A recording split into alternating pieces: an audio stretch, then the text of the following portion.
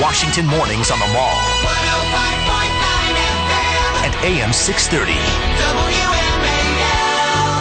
8:07 on WMAL, where Washington comes to talk. Brian Wilson, Larry O'Connor, very pleased to have on the Newsmaker hotline General Stanley McChrystal, who was our top guy in Afghanistan for quite a while. He's written a book. We're going to get into that book. But General McChrystal, I have to sort of turn and see if I can tap into your expertise about what happened yesterday in Algeria.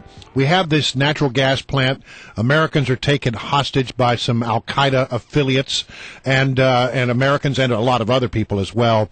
We are having conversations, apparently military to military, government to government, with the country of Algeria saying, look, can we help you? We got some people. They're poised. They're ready to go. The Algerians said no. And then apparently a short time, without notice to anyone, went in, one hears, with attack machine gun or attack helicopters and sort of laid waste to the place, apparently, although the details are still a little sketchy, killing a lot of the hostages. What would you have? Take me what would be going on in a situation like that if you were a top military commander in the region being discussing this issue? Sure. I think the first thing to understand is that the terrorist incident probably was linked to the French incursion into Mali, or into Mali in the south, and so it is a reaction to Western intervention. And then get into the minds of the Algerians. The Algerian government has fought a very difficult civil war or insurgency in recent memory. From 1992, for almost a decade, they fought against Islamic extremists, and they did it in a very difficult fight. I think that they think that it's very important that they have internally, and they demonstrate the capability to do this kind of thing themselves. If they bring in outside help from the West, it's going to make them look weaker.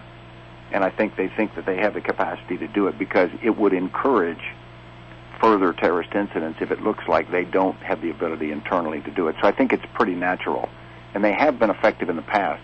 I don't know all the details from yesterday, but yeah, well, neither do we. Yeah, I mean, nobody really knows all the details apparently. But it seems that the use of attack helicopters to solve this problem was a rather blunt way of trying to fix the situation.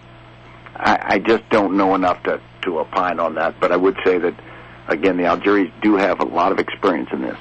General Stanley McChrystal is our guest, and he's the author of a brand new memoir that he's written, My Share of the Task, and it really covers a lot of what you did, General McChrystal, in overseeing our operations in Afghanistan. And first of all, thank you for your decades of service. I'm always in awe of our American warriors like yourself. And but my question to you is, I remember here we are about to start the Obama second administration. I remember at the beginning of his first term, one of the most important moments came when you proposed an increase in troops to Afghanistan to defeat the Taliban, and the White House responded that it wasn't really intent on defeating the Taliban as much as degrading the Taliban. My question is, when you were in charge of our operations in Afghanistan, do you feel like you got the support, the advice, the troops, all the tools that you needed to be able to do the job that needed to be done?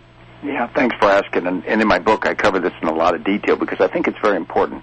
At the end of the day, I think I did. But I think that America was struggling with a very complex mission that had been under-resourced from 2001 until 2009.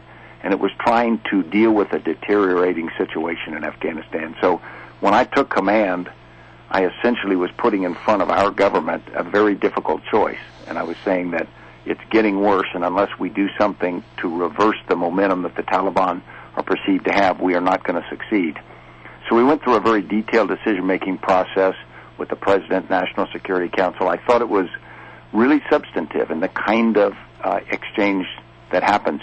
But it's very difficult, particularly for a new administration, to pull together a team and deal with complex issues like this. And, of course, the context, that was also in the middle of the financial crisis, so there were other things going on. Well, actually, I'm glad you said that, because my follow-up is then how much of the president's decision-making process at that time in Afghanistan was geared toward domestic political considerations rather than the sole focus of achieving America's goals in that region? I think every decision made by every national leader has a component of domestic political considerations.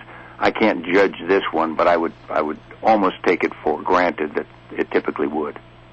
All right, so the president recently said, we're done in Afghanistan.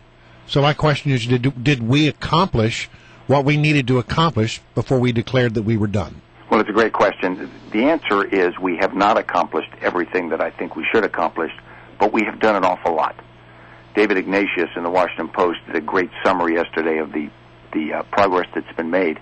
And the reason the Afghan people are so frightened right now about 2014 is that they have something to lose now. There has been progress that they don't want to have a return to a Taliban-like control. So I think the most important thing is not the number of troops or amount of money we have in Afghanistan. It's going to be a strategic partnership that President Obama has offered to the government of Afghanistan and the people of Afghanistan, and whether they view us as a reliable ally. Everyone in an area like that, a very difficult region, needs to believe they've got an ally that they can rely on. You know, we have done a lot of coverage on this program on what happened in Benghazi. But one thing that I've never really gotten a straight answer from anybody on is that apparently after Benghazi, there was an admiral who was hauled in and asked some very, behind closed doors, told that he needed to have an attitude adjustment before he was sent back. There have been these reports that some commanders in the region also were sort of taken to the woodshed after Benghazi. Do you have any guidance for us? I know the old generals still talk to each other. Do you have any guidance for us as to what happened there?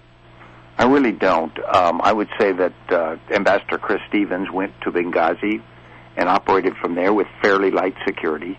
But instead of everybody saying what happened and what went wrong, what I'd really say is we had a diplomat who accepted risk, and I think it was rational risk. He was lost and he's a hero. But that's what we're going to have to do in the world. We're going to have people in dangerous places engaging if we're going to be successful. What we can't do is come back into a fortress mentality, either in huge armored bases or all the way back to the shores of the United States. General Stanley McChrystal, in your new memoir, My Share of the Task, you talk about your journey in the Army. You joined up in the post-Vietnam era. You were there during the Reagan era where there was a significant military buildup. And now here we are, we're facing these sequestration cuts that could make a drastic cut to the American military. From where you're sitting, what kind of danger are we in? You've seen it all. You've gone from post-Vietnam through the Reagan buildup. How do you feel about these cuts? Well, that's right. My career happened to span this extraordinary change in our Army, most for the better. I think that there have been prudent cuts already made and prudent cuts proposed. I think sequestration is irresponsible because what happens is you are forced to make cuts in a very uneven way. You're not allowed to cut just across your entire budget. You're forced to cut in certain things, which will be in training, it'll be in daily operations. I think it would be literally catastrophic to let sequestration kick into the military budget. General Stanley McChrystal, author of the My Share. Catastrophic is not a subtle descriptor. Well, General, thank you for that. General Stanley McChrystal, author of My Share of the Task, a memoir. We really appreciate you joining us here on WMAL.